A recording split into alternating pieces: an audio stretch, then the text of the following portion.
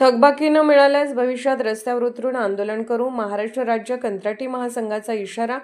गेल्या अनेक वर्षापासून राज्यातील कंत्राटदारांची 80,000 कोटीहून अधिक थकबाकी महाराष्ट्र शासनाकडे असून या संदर्भात थकबाकी मिळण्यासाठी अनेक आंदोलने, मोर्चे महाराष्ट्र राज्य कंत्राटी महासंघाकडून काढण्यात आले. मात्र यावर कोणताही तोडगा अद्याप निघाला नसल्याने सर्व कंत्राटदारांना थकबाकी मिळावी म्हणून ट्रेडच्या माध्यमातून सोपा पर्याय उपलब्ध होऊ शकतो, असं कंत्राटी महासंघाचं म्हणणं आहे.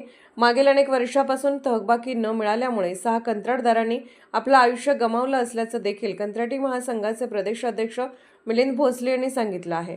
तर येत्या काळात जर आमच्या मागण्या पूर्ण झाल्या नाही तर रस्त्यावर उतरून लढाई लढू अशी भूमिका महाराष्ट्र कंत्राटी महासंघाचे मंगेश आवळे यांनी स्पष्ट केली आहे. राज्य सरकार वागत राहिलं तर पुढची आपली भूमिका काय असणार? राज्य सरकारच्या बाबतीमध्ये आम्ही आंदोलनं केलं. आत्ताच दिवंगत अजितदादांचंही सुद्धा नाव निघालं.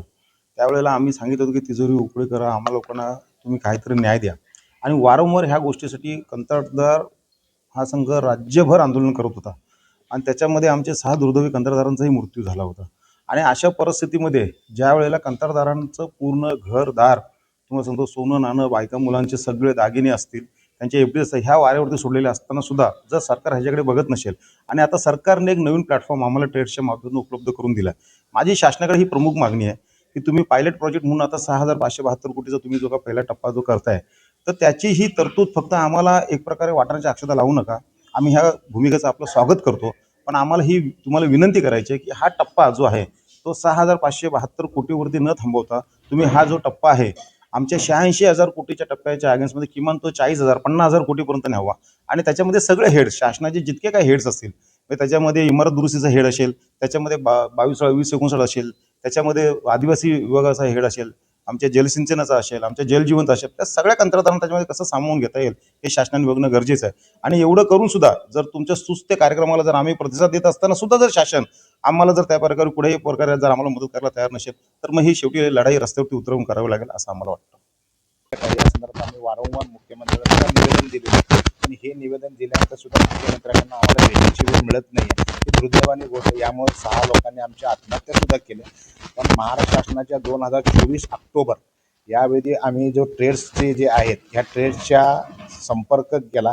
ट्रेड्सच्या माध्यमातून आम्ही गेल्या 2 वर्षापासून महाराष्ट्राचे सार्वजनिक बांधकाम मंत्री शिवेंद्रराजे भोसले, दिवंगत आपले अर्थमंत्री अजितदादा आणि मुख्यमंत्र्यांची फायनान्शियल ॲडवायझरी कमिटी यांच्याबरोबर चर्चा करून हा प्रस्ताव मंजूर करून घेतला. मला सांगायला आनंद वाटतो की देशाची संसद, राज्यसभा आणि लोकसभा आणि महाराष्ट्राची मंत्रिमंडळ यांनी सुद्धा ह्या बाबतीत मान्यता दिलेली आहे.